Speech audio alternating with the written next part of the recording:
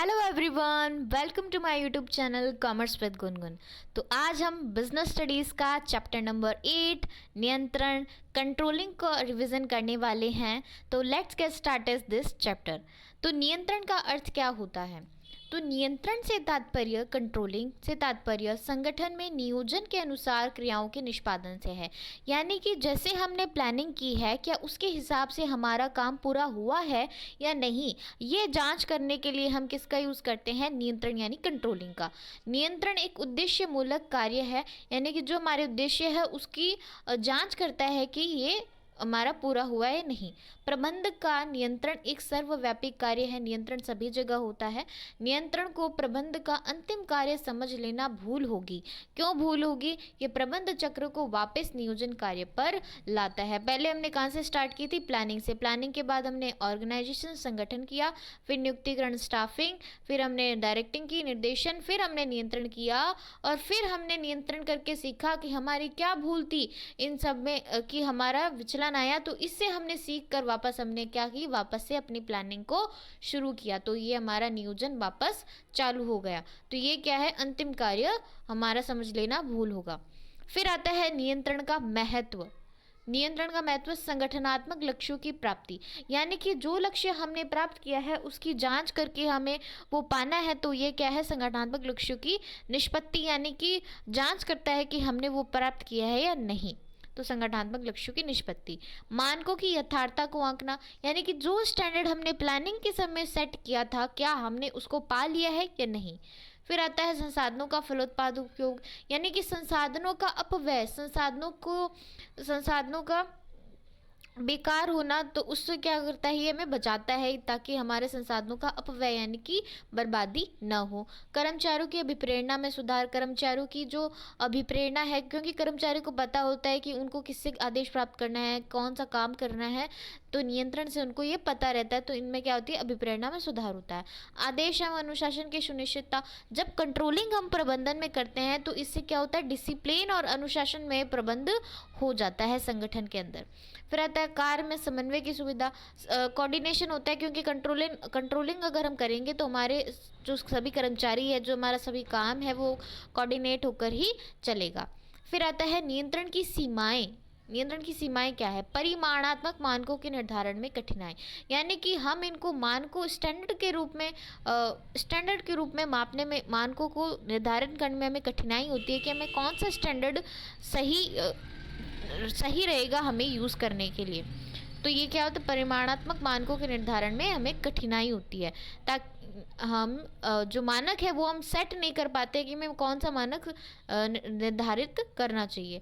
फिर आता है बाह्य घटकों पर अल्प नियंत्रण, यानी कि जो हमने व्यावसायिक वातावरण में पढ़ा था कि जो बाह्य घटक होते हैं, जैसे सरकार हो गई, तकनीक हो गई, या प्रतियोगी जो हमारे कॉम्पिटिटर्स हैं वो हो गए, तो उनमें हम अपना कोई नियंत्रण नहीं रख सकते। हम अपने संगठन का नियंत्रण कर सकते हैं, लेकिन बाहर की चीज़ों पर हमारा कोई नियंत्रण नहीं है। तो ये क्या है? एक नियंत्रण की सीमा है। फिर आता है कर्मचारियों से प्रतिरोध।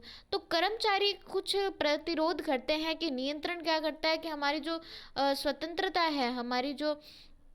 स्वतंत्रता है उस पर क्या, फ्रीडम है उस पर क्या, हमारे प्रतिबंध लगा देते हैं। नियंत्रण से क्या होता है? हम थोड़े उस पर हमारा प्रतिबंध लगाता है, हम फ्रीडम से रह नहीं पाते नियंत्रण से जब करते हैं।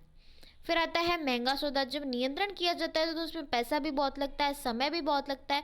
तो ये जो छोटे व्यवसाय होते हैं उनके लिए नियंत्रण तो बहुत महंगा होता है, वो नियंत्रण करने के लिए। तो ये क्या है? एक महंगा सौदा है। फिर नेक्स्ट आता है नियोजन एवं नियंत्रण में संबंध क्या है। तो यदि एक बार नियोजन संक्रियात्मक हो जाता है तो नियंत्रण के लिए आवश्यक हो जाता है कि प्रगति की मॉनिटरिंग करें तथा विचलनों को खोजे तथा इस बात को निश्चित करे कि जो भी कार्रवाई हो वह नियोजन के अनुरूप ही हो। तो नियंत्रण का सीधा सीधा मतलब है कि जो हमने प्लानिंग की है, क्या उसके अनुरूप हमारा कार्य हुआ है या नहीं।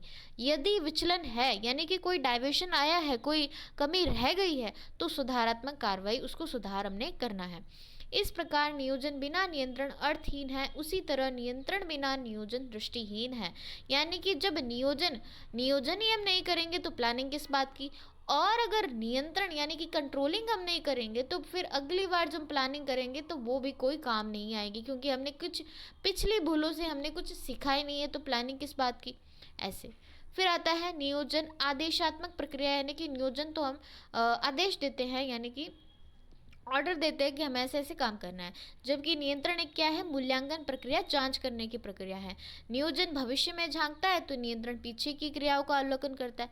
नियोजन आगे देखकर हम काम करते हैं कि अब भविष्य में हमें ये प्लानिंग करनी है, भविष्य में ये प्लान बनाए हैं हमने और इसके हिसाब से हमें काम करना है। नियंत्रण क्या है, हमारे जो पीछे हमने काम किए हैं उसको जांच करके पता लगाता है कि हमने क्या भूल की है। फिर आता है नियोजन में आगे यानी भविष्य में देखना सन्निहित होता है, इसलिए ये संबंध का दूरदर्शी कार्य यानी कि फॉरवर्ड लुकिंग, आगे देखना नियोजन में सम्मिलित होता है।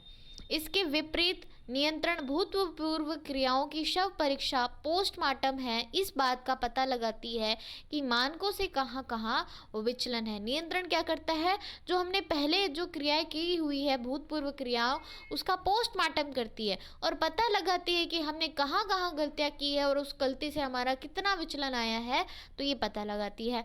इस आधार पर नियंत्रण पीछे देखने वाला यानी बैकवर्ड लुकिंग कार्य है।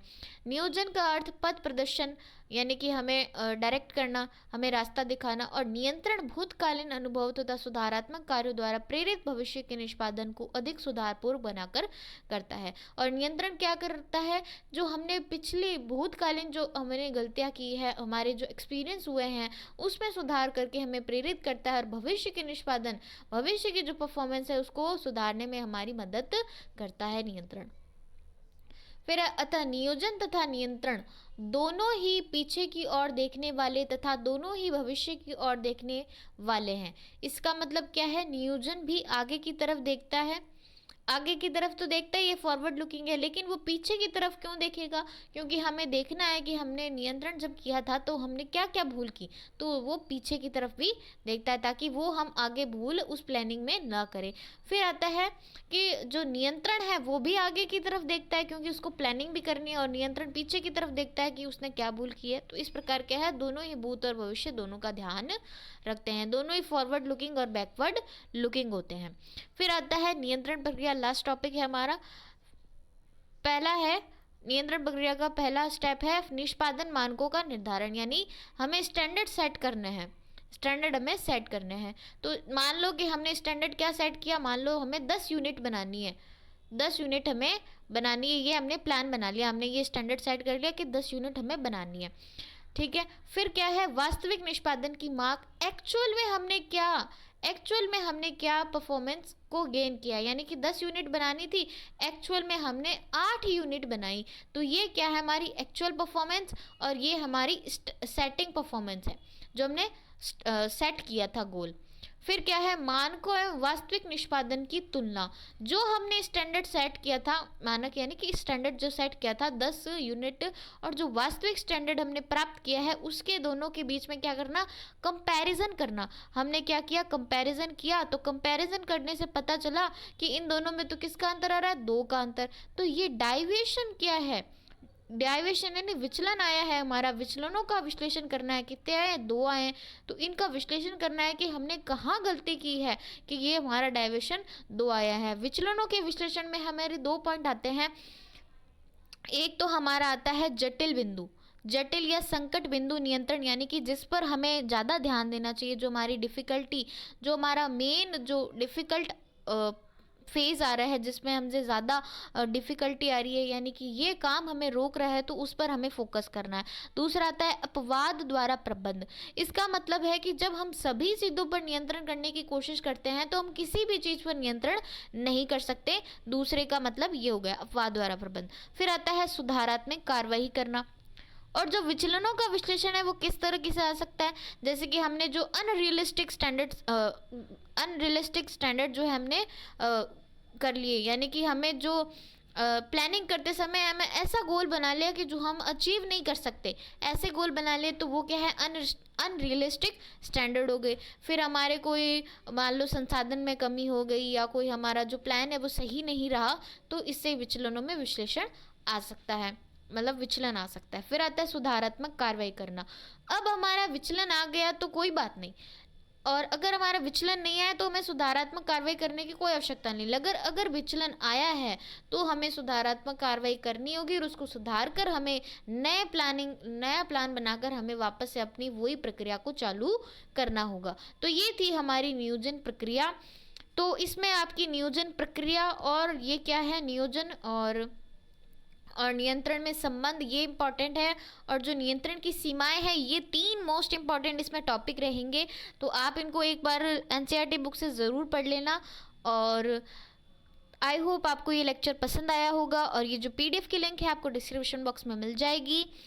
तो डिस्क्रिप्शन बॉक्स में मिल जाएगी। और इससे पहले वाले जो चैप्टर का वन शॉट हो गए हैं उसकी भी लिंक आपको डिस्क्रिप्शन बॉक्स में मिल जाएगी। तो मिलते हैं अगले लेक्चर्स में। Thank you for watching this video.